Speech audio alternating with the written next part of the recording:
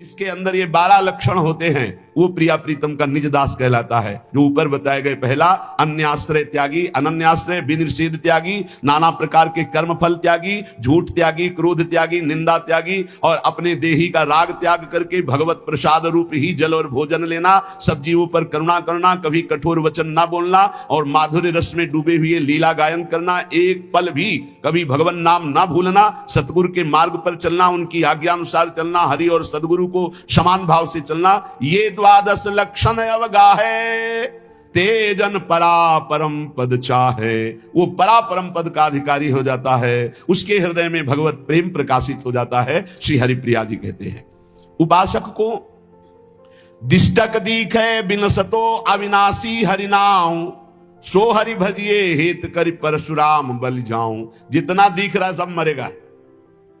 दिष्टक, तुम्हारी दृष्टि में दिखे बिनसतो, जितना देख रहे हो इसका विनाश होगा, हर क्षण हो रहा है। जो कल रूप था वो आज रूप नहीं है। जो कल से आज तक कितने घंटे, कितने मिनट, कितनी श्वासें हमारे जीवन से कम हो गई, ऐसे ही सर्वस्व का नाश हो रहा है। ये अशाश्वतम, जितना देख रहे हो सब नाशवान है, सब मरेगा। बस रोज मर रहा है, प्रतिपल मर रहा है, हमारी श्वासें जा रही, हमारा जीवन नष्ट हो रहा है, हम नजदीक पहुंच रहे हैं मृत्यु के। इसलिए सत्य है हरि भजन। हरि भजिए हेत करी परशुराम बलि जाऊं। परशुराम देवाचार्य जी कहते मैं बलिहारी जाता हूं, हरि भज लो। जितना तुम देखने में लगे हो, ये मकान, ये दुकान, ये रुपया, ये पैसा, ये केवल जीवन जीने के लिए है, लेकिन जीवन किसके लिए है? हरि के लिए। हरि भजो, सब कर्म हरि को समर्पित करो। सर्व सिद्धि की सिद्धि हरि सब साधन को मूल, सर्व सिद्ध सिद्धार्थ हरि सिद्धि बिना सब स्थूल। सब साधनाओं की सिद्धि है हरि का भजन निरंतर। हरि सब सिद्धों के मूल है, सब सुखों के मूल है। यदि हरि को भूल गए, हरि भजन नहीं किया मनुष्य जन्म पा करके, तो बोले सब स्थूल जितना देख रहे हो इसका नाशवान होगा। सबको पाले पोस दे, सबको सृजनहार, पर सासो न विसारिए हरि भज बारंबार। सबको पोषित करते हैं, सबका पालन करते हैं, सबकी रचना करते हैं, सबको अपने में लय कर लेते हैं। ऐसे सृजनहार श्री हरि का निरंतर भजन करो। हरि सुमिरन करिए निस्तरिए, हरि सुमिरन बिन पार न पाइए। हरि भजन कर लो तो माया से दूर हो जाओगे, पार हो जाओगे। और अगर हरि भजन नहीं किया तो ताकत नहीं है कि काम क्रोध लोभ मोह मद मत्सर से पार हुआ जाए।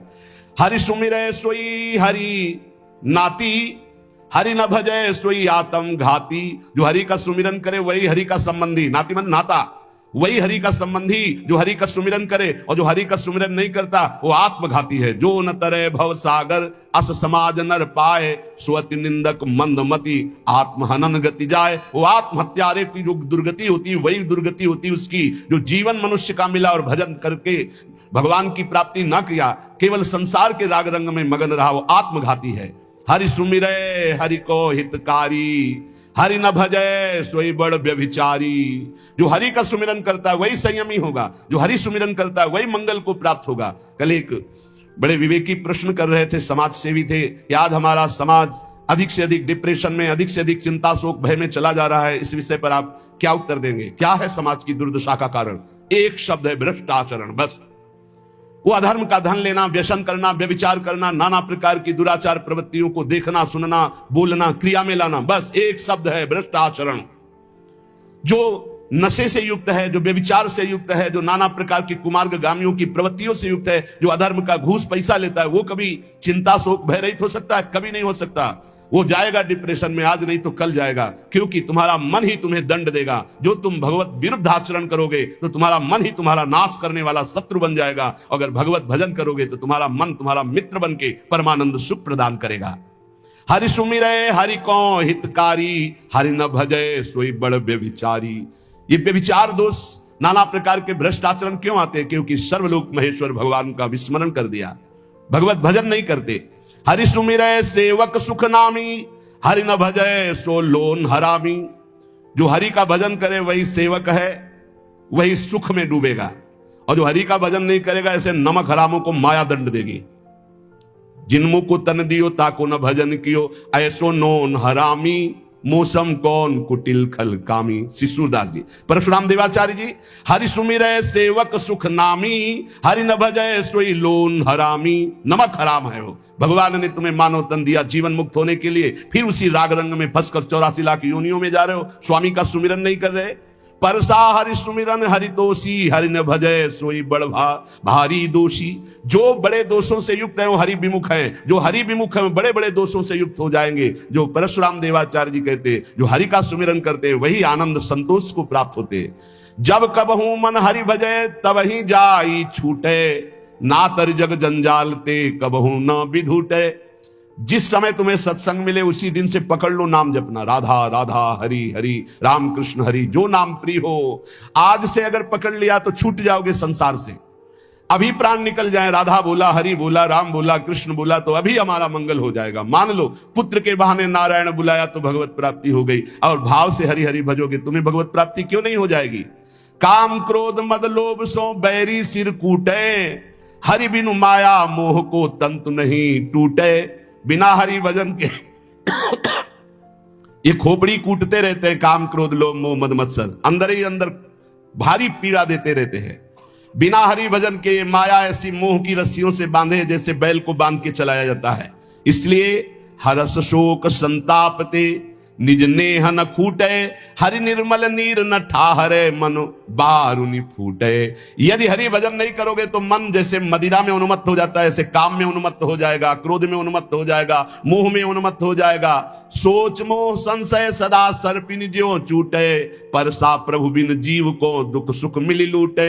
ये माया सर्पिणी डस लिया है, विषय रूपी जहर चढ़ गया है और दुख सुख रूपी लहरें आ रही। अगर सदगुरु रूपी गारुड़ी मिल जाए और वो झाड़ करके हमें नाम मंत्र दे दे कृपा करके, तो माया सर्पिणी का विष उतर जाए, हम अखंड प्रसन्नता जो हमारा सहज स्वरूप है हम उसको प्राप्त कर ले। संत सदगुरुदेव की सेवा में अपने जीवन को समर्पित करना बहुत कठिन बात है। संत सेवा कोई खिलवाड़ नहीं है। भगवत सेवा कर सकते हो लेकिन संत सेवा नहीं कर सकते, बहुत कठिन है संत सेवा। श्री श्यामानंद जी के परम प्रिय शिष्य श्री रसिक मुरारी जी थे। हृदयानंद जी के शिष्य श्री श्यामानंद जी, उनके शिष्य श्री रसिक मुरारी जी। गुरुदेव ने जो मंत्र और नाम दिया इसका जो निरंतर जप करते महाबलशाली हो जाते हैं। श्यामानंद जी ने जो भजन पद्धति बताई, जो मंत्र बताया, जो नाम बताया, लग गए रात दिन उसी में रसिक मुरारी जी तो गुरु प्रदत्त भजन से महाबलवान हो गए। जो भजन से युक्त होता है, गुरु प्रसाद गुरु कृपा होती, उसी के द्वारा भक्ति का अद्भुत प्रचार होता है। उस समय लुप्त हो चुकी थी भक्ति मानो, तो श्री गुरु की कृपा एवं गुरु प्रदत्त भजन के बल से संत सेवा, भगवत यश गायन और भक्ति का अद्भुत प्रताप श्री रसिक मुरारी जी ने प्रकट किया। रसिक मुरारी साधु सेवा विस्तार कियो, पावे कौन पार रीति भांति कछु न्यारी है। संत चरणामृत के माट गृह भरे रहें, ताही को प्रणाम पूजा करी उर्धारिये। आवे हरिदास तिने देत सुख रास, जीव एक ना प्रकाश सके थके सो बिचारिये। करे गुरु उत्सव ले दिन मान सवे को, द्वादश दिवस जन घटा लागी प्यारिये।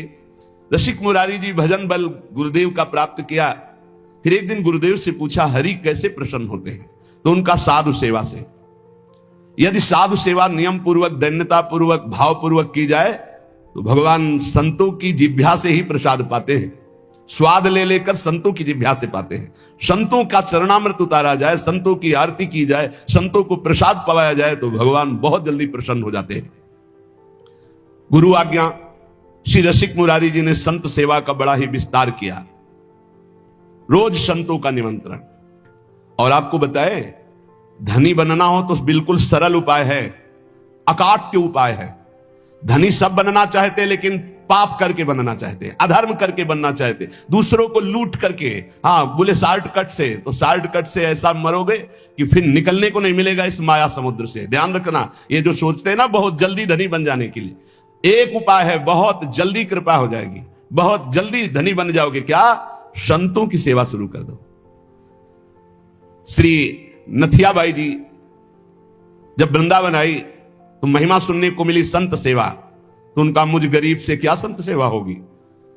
तो चून मांग के लाती, उपला बिन लेती, उससे रोटी बनाती, और कोई भिक्षा जाता होता करने, साधु बुलाए, बाबा आ जा, मोटी मोटी लाल लाल रोटी सेक कर पवाती।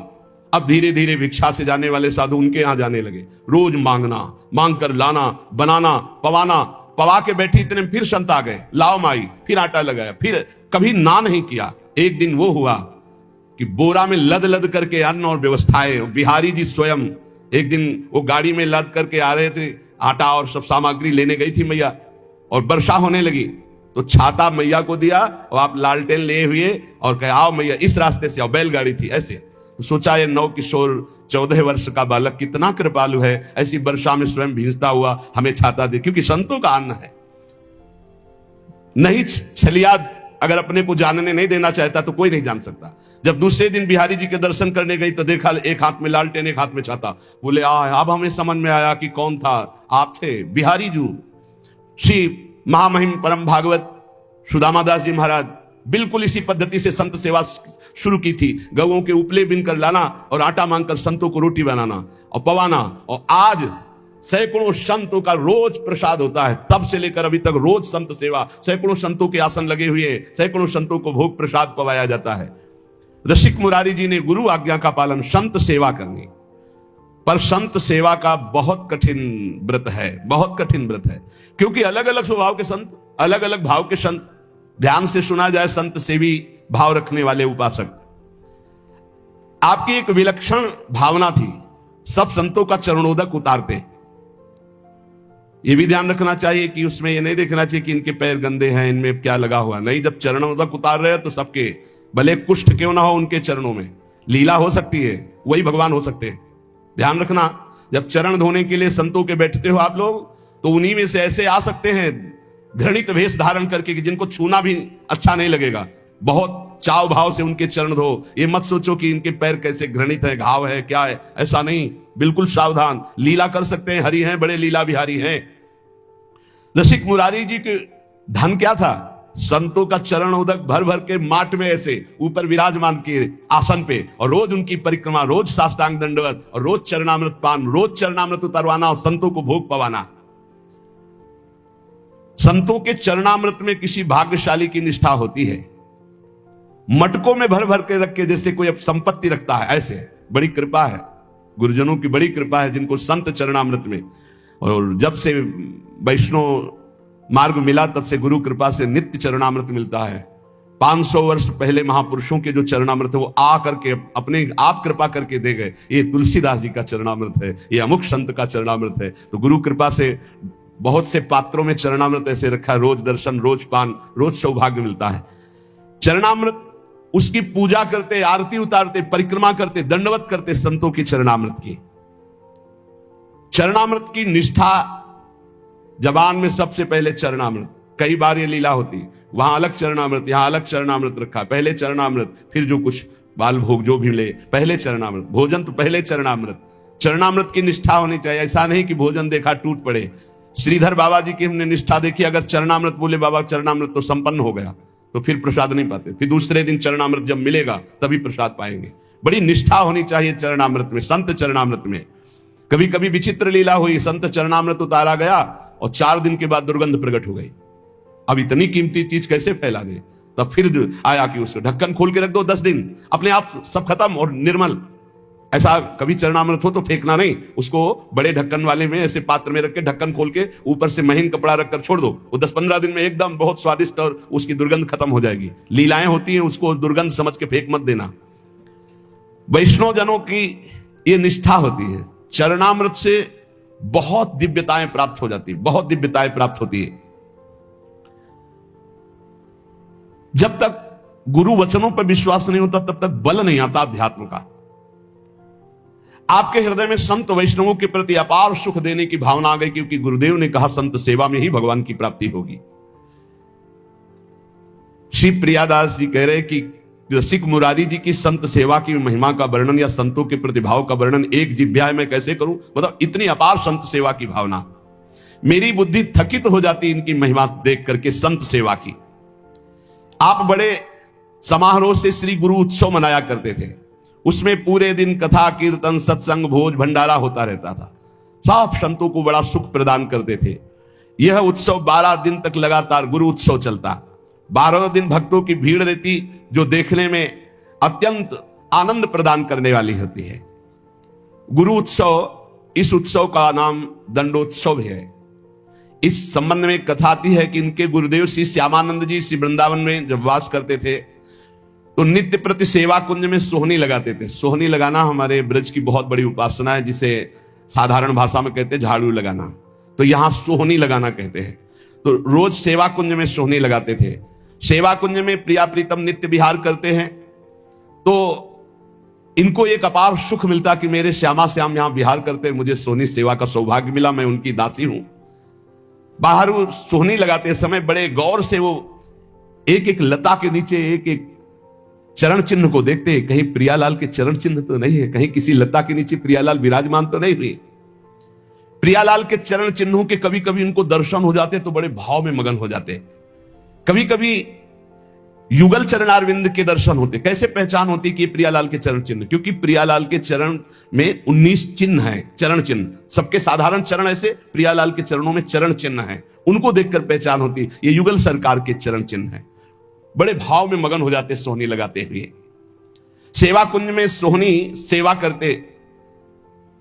एक दिन प्रियाजू ने इन्हें दर्शन देने की इच्छा की। सेवा में बड़ी सामर्थ्य, इसलिए कहते हैं कि वृंदावन में कहीं भी थोड़ी सोहनी लगा दोगे तो तुम्हारे भाग्य में सोहनी लग जाएगी, सब कूड़ा करकट अशुभ प्रारब्ध नष्ट हो जाएगा। श्री जी की इच्छा हुई दर्शन देने की, पर श्री जी सीधे दर्शन नहीं दे सकती। जब तक किसी सखी का कृपा प्रसाद नहीं प्राप्त होगा तो श्री जी इच्छा भी करेंगी तो दर्शन नहीं दे पाएंगे। इसलिए ये आचार्य रूपा सहचर्या, इनकी कृपा पहले प्राप्त होनी चाहिए, तब श्री जी के दर्शन होंगे। नहीं, श्री जी के दर्शन की एक मर्यादा है, बिना सखी के दर्शन के, बिना सखी अनुग्रह के श्री जी का दर्शन। इच्छा हुई श्री जी के दर्शन की तो डायरेक्ट आकर के दर्शन नहीं दिया। अनुग्रहमयी श्री जी ने पहले सखी की अनुकूलता हो, सखी दर्शन दे, तब दर्शन का विधान बने। एक दिन श्री जी ने जानबूझकर अपने श्री चरण का एक नूपुर छोड़ दिया सेवा कुंज में। अब प्रातः काल श्री श्यामानंद जी सोहनी लगाते थे, तो जे ही लगाया तो देखा बड़ा कीमती अद्भुत नूपुर, बड़ा आनंद मिल रहा है। विचार किया किसी नवविवाहिता का होगा, ढूंढने आएगी, दे देंगे। तो अपने अचला की छोर में संत है, बांधकर अपने माथे पे रख के साफा बांध के सोहनी लगाने लगे। सोच रहे थे किसी की बेटी या किसी की नवविवाहिता बहू का ही है, क्योंकि बहुत खोजने आएगा तो देंगे। श्री जी ने अपने आभूषण श्री ललिता जी से कहा कि संभाल करके मंगला के आभूषण रखो। तो उनमें कहा, प्यारी जी आपके एक श्री चरण का नूपुर तो है ही नहीं। तो जानबूझ के श्री जी ने गिराया था, क्योंकि जब तक सखी कृपा नहीं होगी तब तक श्री जी दर्शन नहीं देंगे। जाओ देखो सेवा कुंज में किसी लता के नीचे कहीं अरज कर तो नहीं गिर गया। ललिता जी ने खोज प्रारंभ की तो देखा श्री श्यामानंद जी वयोवृद्ध सोहनी लगा रहे हैं, राधा राधा सोहनी लगा रहे। ललिता जी ने विचार किया मैं अपने स्वरूप से जाकर के इनसे मांगूंगी तो अच्छा नहीं रहेगा। तो साधारण वेश में गई और कहने लगी कि बाबा यहां सोहनी लगाते, नूपुर तो नहीं मिला, यदि मिला हो तो मुझे दे दीजिए। तुम्हारा तो नूपुर नहीं हो सकता, क्योंकि साधारण वेश में ललिता जी थी। मेरा नहीं, मेरी बहू का है, लाओ। नहीं, ऐसे तो मैं नहीं दूंगा। तुम्हारी बहू का है तो पहले वो चरण दिखावें जिसमें वो नूपुर बंधा है, और ठीक हमारे जैसा नूपुर है कि नहीं वो, अगर है अभी दे दूंगा, अगर नहीं दिखाया नहीं दूंगा। अंदर आनंद हो रहा है कि इस नूपुर में कुछ तो है, क्योंकि इसकी खोज हुई है और ये जो हमसे बात कर रहे हैं बड़ा अपार आनंद मिल रहा है, पर ये अपने वेश को छुपाए हुए ये दिव्य है, कोई साधारण नहीं। अरे नाय बाबा तू मुझे दे दे। नहीं नहीं, मैं आपको दे दूं। और थोड़ी देर बाद जिस बहू का गिरा है या जिस बेटी का गिरा है वो आके बोले कि मेरा नूपुर, तो हम तुम्हें कहां खोजेंगे?